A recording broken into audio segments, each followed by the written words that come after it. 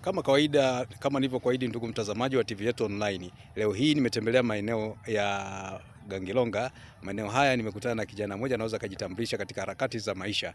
Bwana, unaitwa bwana nani? Kwa majina naitwa Joseph Galus Mtungi, maarufu kama Mchicha. Wananifahamu hivyo wateja wangu na watu ambao tunakutana katika harakati za maisha. Okay, Galus Mchicha, unajihusisha na shughuli gani?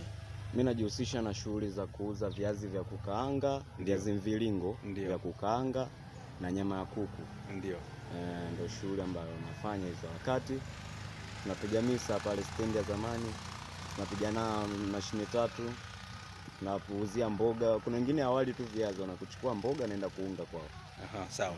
Unazungumziaje vijana ambao hawana kazi, kila wakati wamekaa wakilaumu serikali, na wakati huo vijana wakati wanasoma vyuo tunaona wanapewa bumu.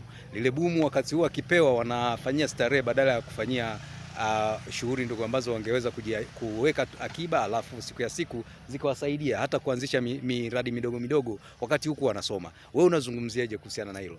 Mimi nadhani ni ujinga wa vijana ambao wakikaa kulaumu serikali haitoi ajira. Wakati huo kuna ambao wanalaumu hivyo, wanakutana na watu ambao hawajafika hata vyuo. Ndio. Na wanakutana na changamoto za watu ambao wapo vyuo.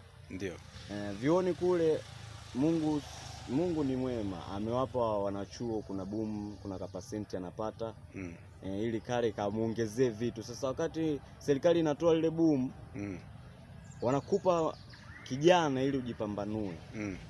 Ujipambanue kifikra, ujikizi kwa ajili ya masomo yako, lakini kuna akiba. Ina maana katika ile unaweza ukala nyingine ukaweka akiba ukafanya shughuli. Na kuna mfano, kuna vijana ambao mimi nimekuwa nikiwakuta wanavyuo wanasoma, lakini unakuta wanafanya biashara huko makwao kutokana na mtaji wao ni bumu hiyo hiyo. Wewe unazungumziaje kuhusiana na watu kama ambao hawakumbuki, na washauri nini? Mimi nadhani wachukue mifano. Ndio.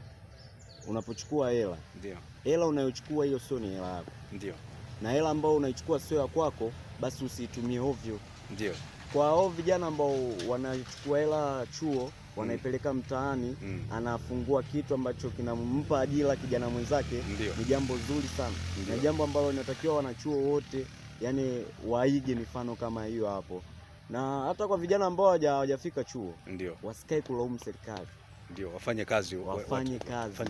Wabeba mizigo wana hela. Kuna wabeba mizigo wanajenga taratibu. Mtu ana chumba chake na kajumba kake kadogo, ana chumba kamoja, lakini anabeba mizigo, ana uhakika wa kula, ana uhakika wa kuficha hela.